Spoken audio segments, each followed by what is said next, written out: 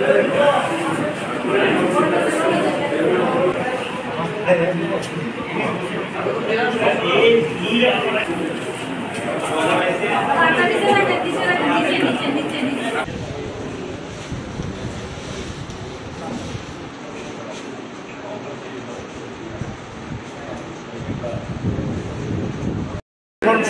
ক্ষমতা থাকাকালীন এই রাজ্যে অনেক চ্যালেঞ্জকে মোকাবেলা করে সুস্থ একটা স্বাভাবিক পরিবেশ তৈরি করেছিলেন।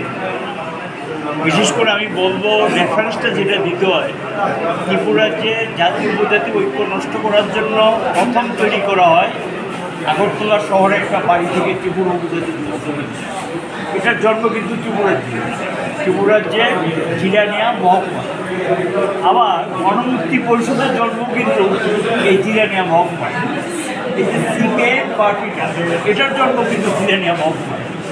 এই মহকুমাটার যে কোনো কারণে খুব গুরুত্বপূর্ণ এবং গণতান্ত্রিক আন্দোলনের একটা পীঠস্থান। এখানকার ঐক্য নষ্ট করার জন্য এটা 70-এর দশকের শুরু থেকে শুরু হয়, 80 দিকে একটা ধাক্কা কয়েকশো মুখ সেটা জীবন দেয় এবং হাজার হাজার বাড়ি ঘর করেছে। এই পরিস্থিতিকে মোকাবিলা করে সুস্থ স্বাভাবিক পরিবেশ ফিরিয়ে আনা হচ্ছে। এর মধ্যে অনেকগুলো ঘটনা আছে সময় সময় সরকারবাদীদের দ্বারা হত্যাকাণ্ড হয়েছে। 2000 সালে গিয়ে আমার আরেকটা মিনি রাইড, এটা এনআইটি মাধববাড়ি সহ সংলগ্ন এলাকায় 300 শতাধিক বাড়িঘর ছিল। সেই পরিস্থিতি থেকেও মোকাবিলা করে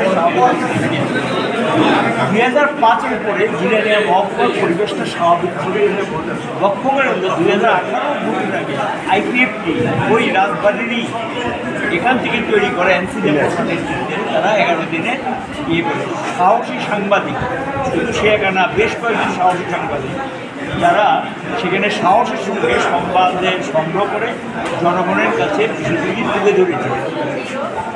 এবং এটা যখন চলবে তখন থেকে আমার মনে হয় কোনো সাংবাদিকরা এই যে সুস্থ সঠিক সংবাদ যারা তুলে তাদেরকে অনেক সময় টার্গেট করেছে। এরপরে গিয়ে দেখা গেল যে হুমবুঙে পরপর কয়েকটি ইনসিডেন্ট, সেখানেও সে সাহসিকতার সঙ্গে আরও কয়েকজন সাংবাদিক সহ বিষয়গুলি খাবারে নিয়ে আসে। এরপরে গিয়ে দেখা গেল মান্দায় পার্টি লিস্টটা দখল করার নামে রাস্তার উপর শুরু করে সকাল থেকে একদম স্প্রিং কোড পরিবেশ, ট্রাইবেল নন ট্রাইবেলের মধ্যে একটা অশান্তি পরিবেশ তৈরি করার আইপিএফ পুলিশ ছিল। এই অবস্থার মধ্যে দেখা গেল শান্তনু ভৌমিক সেখানে সংবাদ সংগ্রহ করতে গিয়ে নিখোঁজ। পরে গিয়ে পুলিশ গিয়ে তার মৃত বোধহয় বা মৃত পর্যায়ে ছিল গরমুনি স্টেডিয়াম যেটা আছে মান্দার পাশে, সেখানে স্টেডিয়ামের পাশ থেকে দেহটাকে উদ্ধার করে হাসপাতালে নিয়ে আসা ও তাকে মৃত ঘোষণা করা হয়। এবং বস্তুনিষ্ঠ সত্যনিষ্ঠ সংবাদ সংগ্রহ করতে গিয়ে সাহসিকতার ভূমিকা নেওয়ার জন্য তাকে এইভাবে নৃশংসভাবে খুন করা হয়। এমনিতে সে একটা সময় ছাত্র আন্দোলনে কর্মী ছিল, পরে যুব আন্দোলনে কর্মী ছিলেন, বামপন্থী আন্দোলনে বিশ্বাস করতেন। এবং তাকে কিন্তু আমি কিন্তু মাঝে মধ্যে বলেছিলাম একটু সতর্ক থাকবে, সাবধান থাকবে। কিন্তু স্বাভাবিক সাংবাদিকরা কে কার আগে সংবাদ সংগ্রহ করবে, কে কার আগে বিষয়টাকে মানুষের সঙ্গে তুলে ধরবে, এই ধরনের প্রবণতা ওর মধ্যে ছিল, সাহসী মনোভাব। তার এই হত্যাকাণ্ডের পরে স্পেশাল ইনভেস্টিগেশন টিম তৈরি করেছেন স্টেট গভর্নমেন্ট। সিট মোটামুটি চিহ্নিত করে কিছু ব্যবস্থা নিয়ে তারা প্রাথমিক একটা চার্জশিট দিয়েছে। এখানে দেখলাম কিছু লোক দাবি তুললেন যে এটাকে সিবিআই হাতে দিয়ে দিত।